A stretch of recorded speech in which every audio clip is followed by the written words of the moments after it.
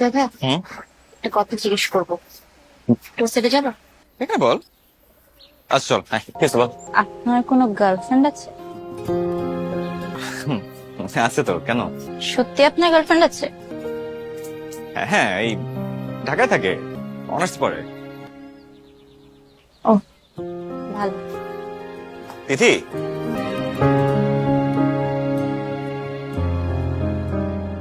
এই, কি হয়েছে তোর?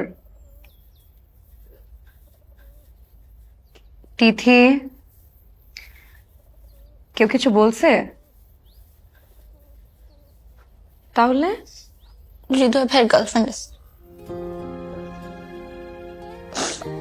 ও, এই জন্য কাঁদতেছিস?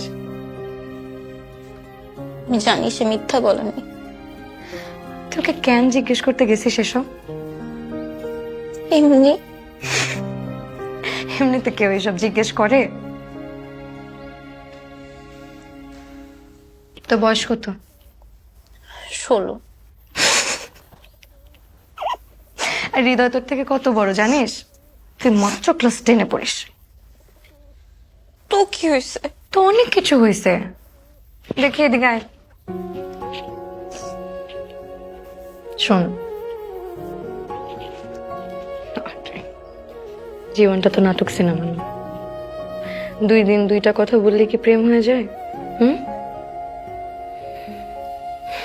হৃদয় ভাইয়া তোকে অনেক ভালোবাসে, তোকে অনেক স্নেহ করে, কিন্তু এই ভালোবাসা আর তুই যেটা ভাবতেছিস দুটা এক না।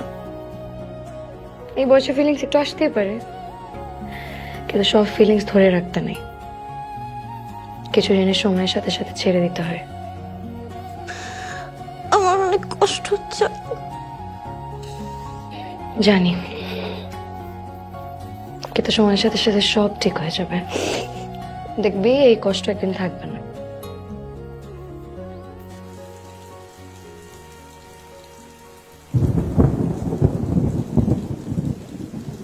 তুই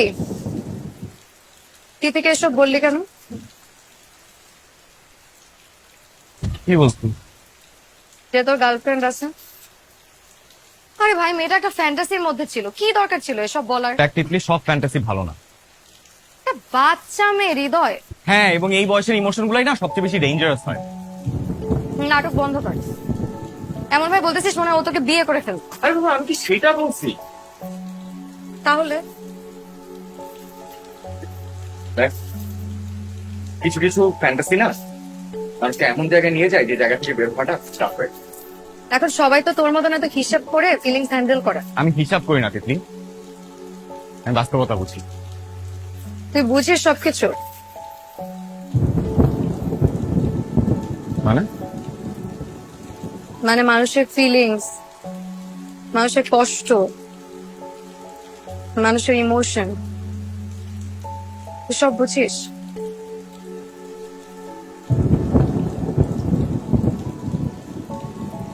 যতটুকু অবভিয়াস ততটুকু বুঝি। তাহলে আমাকে সেদিন বুঝলি না কেন?